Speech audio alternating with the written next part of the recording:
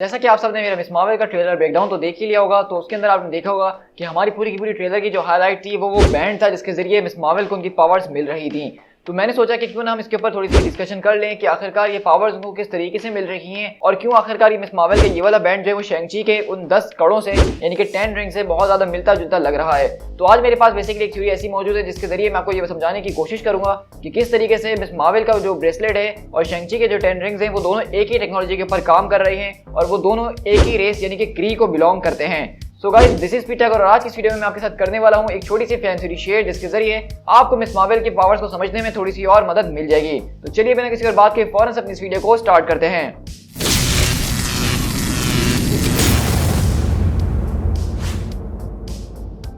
तो देखो, सबसे पहली बात तो यहाँ पे ये है कि मिस मार्वल की जो पावर्स को चेंज किया गया है वो एक बहुत ही बड़ी चीज है। मतलब मैं देख रहा हूँ कि इसको जो इंटरनेट के ऊपर बहुत ही ज्यादा बैकलैश मिल रहा है। सब इसको बोल रहे हैं कि भाई ये तो डीसी का ग्रीन लैंटर्न इन लोगों ने बना दिया है और इसके अंदर कोई अपनी ओरिजिनलिटी नहीं है। लेकिन देखा जाए तो देखो, मार्वल कॉमिक्स के अंदर भी एक ऐसा कैरेक्टर मौजूद है जो कि मैंने ट्रेलर ब्रेकडाउन में भी बताया था, जिसका नाम क्वेज़ार है और उसके पास सेम इसी तरह की पावर्स होती है, इसी तरह के बैंड्स मौजूद होते हैं जिनको क्वांटम बैंड्स कहा जाता है और उसी की मदद से क्वेज़ार जो है वो इस तरह की सॉलिड लाइट कंस्ट्रक्ट बना पाता है जो कुछ भी वो सोचता है। अब यहाँ पे हमने देखा कि किस तरीके से मिस मार्वल जो कॉमिक्स के अंदर हैं उनको जो पावर्स मिलती है वो इस तरह से मिलती है कि वो एक इनह्यूमन होती हैं और जब टेरेजन मिस्ट जो है जिसके जरिए इनह्यूमन्स अपनी पावर्स को डेवलप करते हैं उसके कांटेक्ट में आने के बाद ही उनकी पावर्स डेवलप होती हैं और उनकी जीन के अंदर यही पावर्स होती हैं कि वो अपनी बॉडी को स्ट्रेच कर सकती है मिस्टर फैंटास्टिक की तरह। अब जैसा कि आप सब जानते हैं कि मार्वल वाले जो हैं मिस्टर फैंटास्टिक और फैंटास्टिक 4 के ऊपर एक बहुत ही जबरदस्त प्रोजेक्ट पे काम कर रहे हैं मार्वल के फ्यूचर के लिए और फैंटास्टिक 4 को बेसिकली मार्वल की नेक्स्ट फ्यूचर फैमिली बनाना चाहते हैं जो इसके अराउंड सारी की सारी स्टोरीज घूमने वाली हैं। तो वो बिल्कुल भी नहीं चाहते कि मिस मार्वल के कैरेक्टर को पहले इंट्रोड्यूस करवा के रीड रिचर्ड की पावर्स को खराब कर दें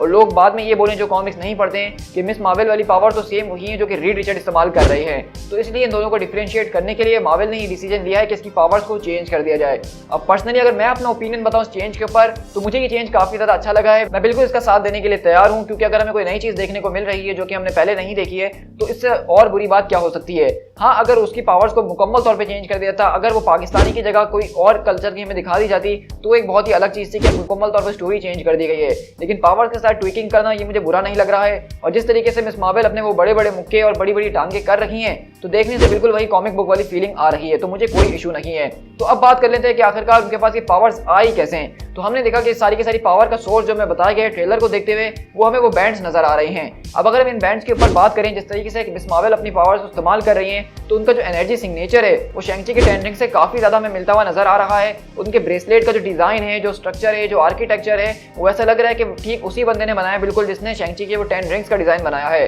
तो आप अगर एक साथ दोनों को रख के देखेंगे साइड बाय साइड तो आप कहेंगे कि हाँ बिल्कुल ये दोनों एक ही टेक्नोलॉजीज नजर आ रही हैं और दोनों डिवाइसेस की यही खास बात है कि वो एनर्जी को मैनिपुलेट कर सकती हैं और हमने देखा कि वो अपने अंदर से कुछ एनर्जी को लेट ऑफ भी करती हैं जो कि हमें ह्यू कलर के तौर पर नजर आता है। और इस तरह की पावर अगर हम गौर करें तो ये कैप्टन मार्वल से भी बहुत ज्यादा मिलती जुलती है जो, लेकिन हम ये जानते हैं कि कैप्टन मार्वल को जो पावर मिली थी अपनी वो एक जो है लाइट स्पीड इंजन के एक्सप्लोजन के ऊपर मिली थी और उसकी पूरी की पूरी एनर्जी जो है वो डेसरेट क्यूब से चल रही थी यानी कि स्पेस स्टोन से। तो देखा जाए तो कैप्टन मार्वल की जो पावर है वो बेसिकली एक वॉकिंग टॉकिंग जो है स्पेस स्टोन है, यानी कि एक इन्फिनिटी स्टोन की सारी शक्तियां उनके अंदर मौजूद हैं। इसी वजह से वो सारे के सारे फीट्स कर पाती हैं जो कि वो करती हैं। मतलब तो इसी तरह अगर हम यहाँ पे शैंग-ची के 10 रिंग्स से इसकी सिमिलैरिटीज को और ज्यादा मिलाएं तो हमारे पास सवाल ये आएगा कि आखिरकार शैंग-ची के 10 रिंग्स और कमाला खान के पास ये ब्रेसलेट आया कहाँ से, इसका ओरिजिन क्या है। क्योंकि शैंग-ची एंड द 10 रिंग्स की सबसे बड़ी जो मुझे ड्रॉबैक लगा था वो यही लगा था कि उसके अंदर हमें 10 रिंग्स का कोई ओरिजिन नहीं दिया गया कि वो आए कहाँ से और उसकी पोस्ट क्रेडिट सीन के अंदर हमें टीज किया गया कि किस तरीके से ये किसी को सिग्नल भेज रहे हैं। तो ये किसको सिग्नल भेज रहे हैं। तो सबसे पहले मैं यहाँ पे अगर ब्रेसलेट के ऊपर बात करूँ तो मुझे लगता है कि बेसिकली जिस तरह कॉमिक्स के अंदर क्वेज़ार जो है वो क्वांटम बैंड का इस्तेमाल करता है, ये जो है ये भी एक क्वांटम बैंड की फॉर्म होने वाली है।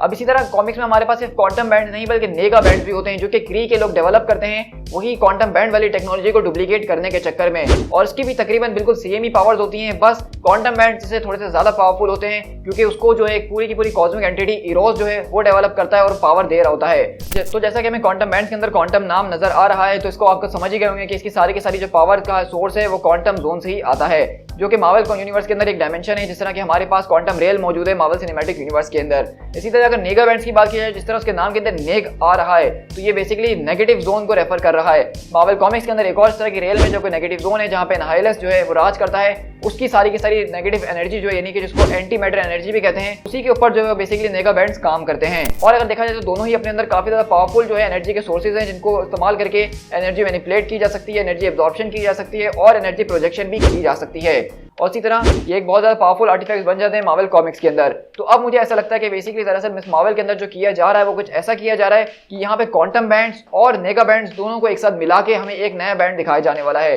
जिसको हो सकता है कि क्री के लोग कुछ और ही नाम दे सकते हैं। और मैं बिल्कुल ये इसीलिए और मैं यहाँ पे बिल्कुल ये बात कह रहा हूँ कि यहाँ पे ये जो बैंड्स का कनेक्शन है वो क्री के रेस को जाता है, क्योंकि अगर आपको नहीं पता तो मैं आपको बताता चलूं कि क्री की जो रेस है वो बेसिकली ह्यूमन एवोल्यूशन से बहुत ही ज्यादा आगे है। और हमने देखा कि इस तरह शैंग-ची के लास्ट एंड क्रेडिट सीन के अंदर कैरल डानवर्स भी इस बात को बताती हैं कि उन्होंने भी इस तरह की कोई चीज यूनिवर्स के अंदर इससे पहले कभी नहीं देखी। लेकिन कैप्टन मार्वल को कैप्टन मार्वल बने हुए मुश्किल से 30-40 साल हुए हों, तो मुझे लगता है कि इस तरह स्पेस के अंदर ऐसी बहुत सी चीजें होंगी जिसके बारे में कैप्टन मार्वल को अभी तक नहीं पता होगा, तो ये कोई बड़ी बात नहीं है। और अगर मैं यहाँ पे कॉमिक बुक का रेफरेंस देना चाहूँ तो यहाँ पे क्री के लोग इस तरह के पहले बहुत ज्यादा कांड कर चुके हैं कॉमिक्स के अंदर। उन्होंने इनह्यूमन प्रोग्राम शुरू करा था जिसके अंदर हमें ये पता है कि अर्थ के ऊपर कुछ इनह्यूमंस मौजूद हैं। लेकिन फैंटास्टिक फोर की हमें एक रीसेंट स्टोरी जो कि जोनाथन हिकमैन ने लिखी थी उसके अंदर हमें ये बात पता चली थी कि क्री के लोगों ने सिर्फ इंसानों के ऊपर इनह्यूमन एक्सपेरिमेंट्स करके उनको इनह्यूमन नहीं बनाया था, बल्कि पूरी की पूरी अलग अलग रेसेस के ऊपर उन्होंने यही एक्सपेरिमेंट करा था उनको पावर्स देने के लिए। लेकिन उनका जो सुप्रीम इंटेलिजेंस था, जो कि एक तरह से आप उनका गॉड मान सकते हैं, उसको एक प्रोफेसी मिलती है कि फ्यूचर के अंदर ये इनह्यूमन जो हैं वही उनके खिलाफ खड़े होंगे और उनके लिए नुकसान का बायस बन सकते हैं। तो इसलिए basically supreme intelligence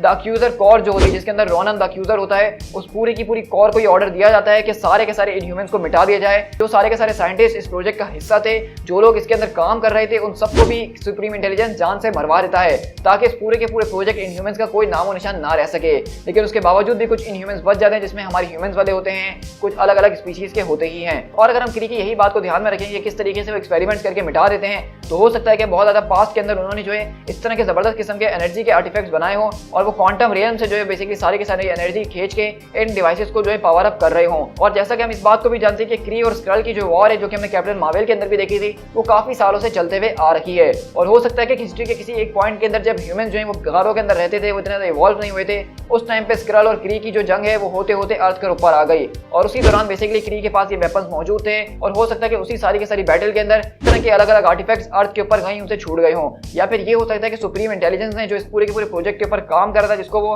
quantum project कह सकते हैं, हो सकता है कि उनको एक ऐसी प्रोफेसी मिली हो कि ये सारे के सारे वेपन्स उनके लिए बहुत बड़ा खतरा साबित हो सकते हैं फ्यूचर के अंदर। तो इसलिए सुप्रीम इंटेलिजेंस ने इसके रिलेटेड सारे के सारे वेपन्स को अर्थ के ऊपर छुपाने का काम करा ताकि कोई इसको हासिल ना कर सके। लेकिन अब हमने देखा कि किस तरह से शैंग-ची के एंड के अंदर एक बीकन जो है वो फायर हो रहा है और उसके ओरिजिन के पास जा रहा है, और हो सकता है कि ये बीकन किसी और के पास नहीं बल्कि क्री के एम्पायर के पास ही जा रहा है। और अब सुप्रीम इंटेलिजेंस बेसिकली क्री को पूरी के पूरे आर्माडा को अर्थ के ऊपर उन रिंग्स को और कैप्टन मार्वल के ब्रेसलेट को वापसी रिट्रीव करने के लिए भेजेगा, और तभी जाके हमारे जो है कैप्टन मार्वल 2 के जो हैं यानी कि दी मार्वल्स जो होने वाली हमारी उसके इवेंट प्ले आउट हो सकते हैं। क्योंकि हम इतना जरूर जानते हैं कि मार्वल सिनेमैटिक यूनिवर्स के अंदर जो कोई भी चीज दिखाई जाती है वो बेमायने नहीं होती है, और मिस मार्वल को दी मार्वल्स के अंदर मिलाने का मुझे एक यही तरीका नजर आ रहा है जिसके जरिए हमारी शैंग-ची वाली थ्योरी भी उसके साथ कनेक्टेड हो सकती है। तो मुझे इस तरह से लगता है कि बेसिकली मिस मार्वल का जो ब्रेसलेट है और शैंग-ची के जो 10 रिंग्स हैं उसका ओरिजिन कुछ और नहीं बल्कि क्री का ओरिजिन है, और वो काफी ज्यादा पुराना है कि उसके बारे में जो नए लोग हैं क्री के वो तक नहीं जानते हैं, बल्कि कुछ बहुत ही बड़े बड़े और एंशिएंट बीइंग जो हैं क्री के वही सिर्फ इस सारी की सारी बातों के बारे में जानते हैं। और यही वजह थी कि कैरल डानवर्स को भी यानी कैप्टन मार्वल को भी इस बारे में नहीं पता था कि शैंग-ची के 10 रिंग्स कहां से आए हैं और वो इतने ज्यादा पावरफुल कैसे हैं। और मुझे लगता है कि इसका पावर सोर्स जो हमें रिवील किया जाने वाला है वो क्वांटम रियल्म भी हो सकता है, और वो आगे जाके हमारे साथ कनेक्ट होगा एंटमैन 3 के प्लॉट के साथ। तो गाइस आप लोग मुझे बताइएगा कि आपको मेरी ये फैन थ्योरी कैसी लगी है, कि आपको वाकई में लगता है कि कमाला खान के ब्रेसलेट और शैंग-ची के 10 रिंग्स दोनों आपस में एक साथ कनेक्टेड हैं और इनका ओरिजिन क्री से जाके मिलता है? तो आप कमेंट डाउन करके मुझे जरूर बताइएगा, और अगर आपके पास कोई और थ्योरी है इसके हवाले से तो वो भी शेयर कीजिएगा। अगर मुझे आपकी थ्योरी ज्यादा पसंद आई तो मैं उसके ऊपर भी एक और वीडियो बना के आपके साथ शेयर करूंगा ही। सो गाइस जाने से पहले मेरी रिक्वेस्ट है कि चैनल को अगर सब्सक्राइब नहीं किया है तो हमारे चैनल को सब्सक्राइब करें ताकि हमारे इस नए चैनल को ग्रो होने में मदद मिल सके और इस तरह का ऑसम कंटेंट मैं आप लोग के साथ शेयर करता रहूं। साथ ही साथ मुझे फेसबुक और इंस्टाग्राम पे भी फॉलो कर लेना, जहां पे मैं अपने चैनल के हवाले से न्यूज़ और अपडेट्स को शेयर कर ही रहता हूं। So guys this is Peter, अगर मिलते हैं अपने किसी और वीडियो के साथ। Till then thank you so much.